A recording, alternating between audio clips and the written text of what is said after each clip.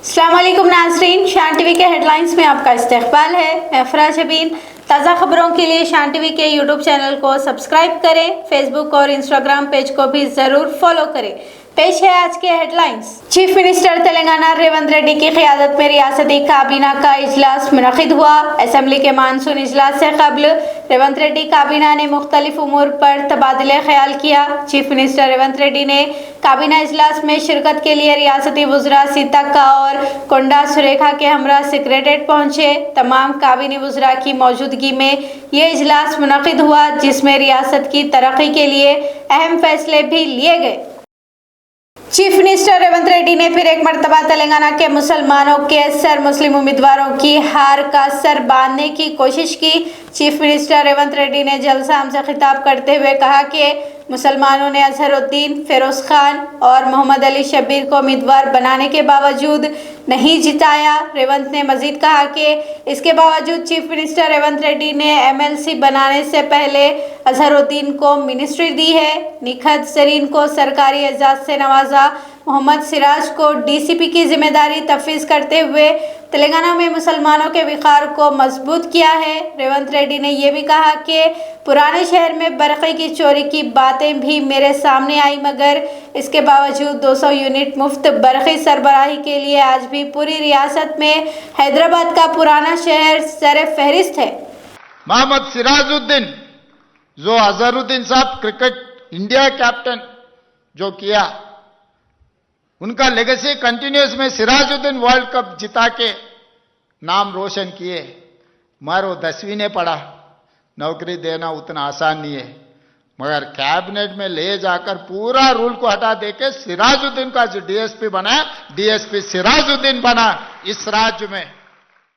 दरियाए गोदावरी के किनारे गोदावरी पुष्करम के शानदार इनेकाद के मंसूबे के मुतालिक वाकिफ करवाते हुए रियासती वजीर D श्रीधर बाबू ने कहा कि अगले साल 26 जून तक 7 जुलाई 2027 सरकारी सतह पर गोदावरी पुष्करम मनाने का तेलंगाना हुकूमत ने ऐलान किया है। इसी हवाले से श्रीधर बाबू ने अहदेदारों को हिदायत दी कि वो पुष्करम के मौके पर गोदावरी के किनारे घाटों की तरक्की, सफाई, पीने के पानी, बिजली, हमल व नकल और तिब्बी सहूलतों के वसीतर इंतजामात करे और इस बात को यकीनी बनाए कि मुल्क भर से आने वाले अकीदतमंदों को किसी भी किस्म की मुश्किलात का सामना ना करना पड़े।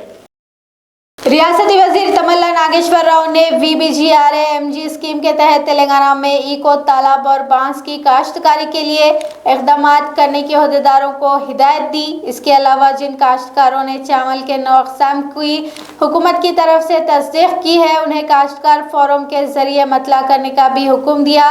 नागेश्वर राव महकमे ज़राअत के आला अहदेदारों के साथ सेक्रेटेरिएट में मुनक़िदा जायज़ा इजलास के दौरान यह अहकाम जारी किए हैं।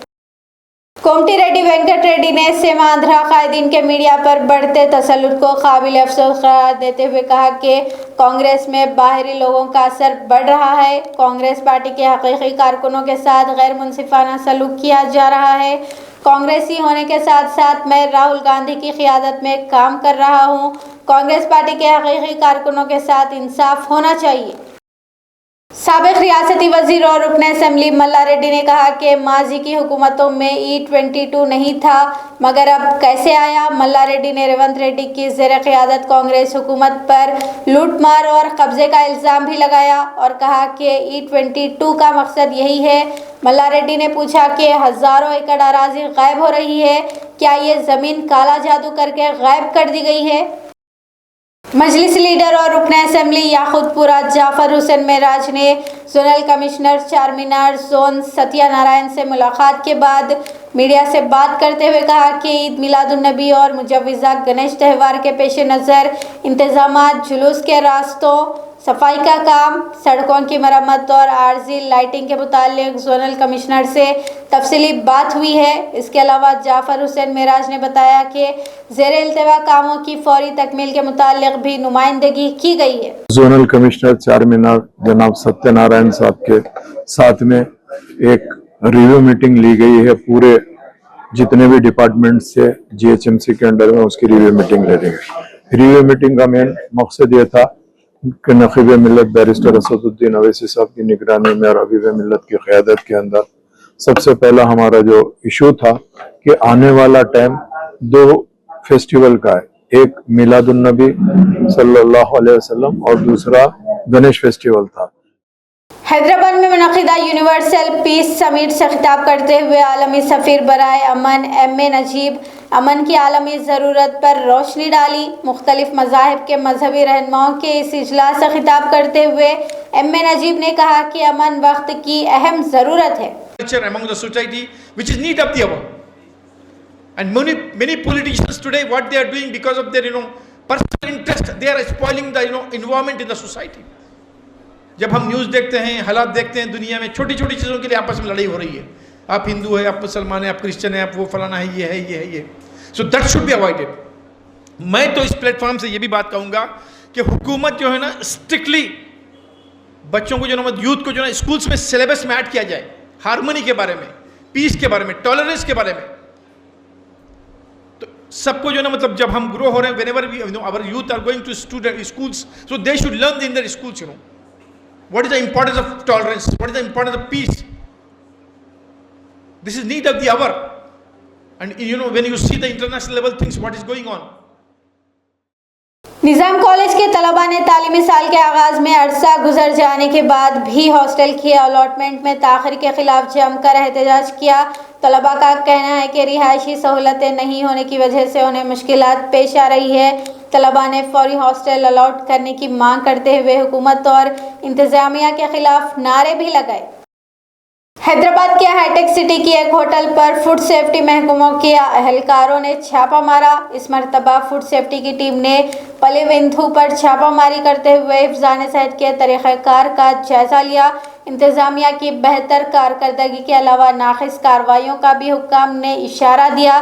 मजमूई तौर पर फूड सेफ्टी टीम ने पलेविंथू को 110 में से 102 नंबरात देते हुए मज़ीद बेहतरी लाने का मशवरा दिया।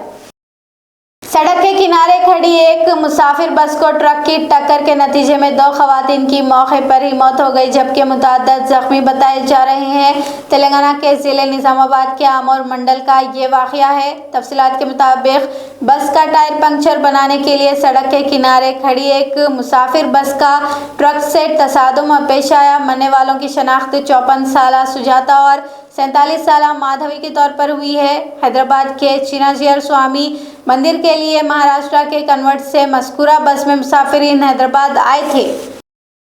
जिले महबूबनगर के भटपुर में भी सड़क हादसे का एक वाक़या पेश आया है। कौमी शाहरा नंबर 44 पर भटपुर के मुकाम पर खानगी ट्रैवल बस के डिवाइडर से टकराने के सबब ये वाक़या पेश आया, जिसमें 38 मुसाफिर सवार थे जो हैदराबाद से पौंडीचेरी जा रहे थे। इस हादसे में 10 लोगों के ज़ख्मी होने की इत्तला है, जबकि 4 शदीद ज़ख्मी बताए जा रहे हैं। मुकामी सरकारी अस्पताल में ज़ख्मियों का इलाज किया जा रहा है। एसपी जानकी ने इत्तला मिलने के साथ ही जाए वाक़ये का मुआयना किया। पुलिस की ईगल टीम ने बालानगर इलाके में मंशियात के खिलाफ एक ऑपरेशन अंजाम दिया। गांजा रैकेट के मुतालिक जानकारी मिलने के फौरी बाद हरकत में आते हुए ईगल की टीम ने एक घर पर छापा मारा। घर की तलाशी के लिए पहुंची ईगल टीम पर मुलजिमीन ने कुत्ते छोड़ दिए। कुत्ते की आड़ में फरार होने की कोशिश को ईगल की टीम ने नाकाम बना दिया। मंशियात की तस्करी में मुलविस गैंग में से एक शख्स ने पुलिस एहलकारों पर चाकू से हमला भी किया। व्हाट्सएप ग्रुप के जरिए गांजे की सरबराही अंजाम दी जा रही थी। भारी मिकदार में गांजे की खेप जब्त करके 4 मुलजिमीन को भी हिरासत में ले लिया गया है। शान टीवी के हेडलाइंस का सिलसिला यहीं पर ख़त्म होता है। शान टीवी के यूट्यूब चैनल को सब्सक्राइब करें, फेसबुक और इंस्टाग्राम पेज को भी ज़रूर फॉलो करें। अब अफरा जबीन और शान टीवी की सारी टीम को दें इजाज़त। खुदा हाफिज़।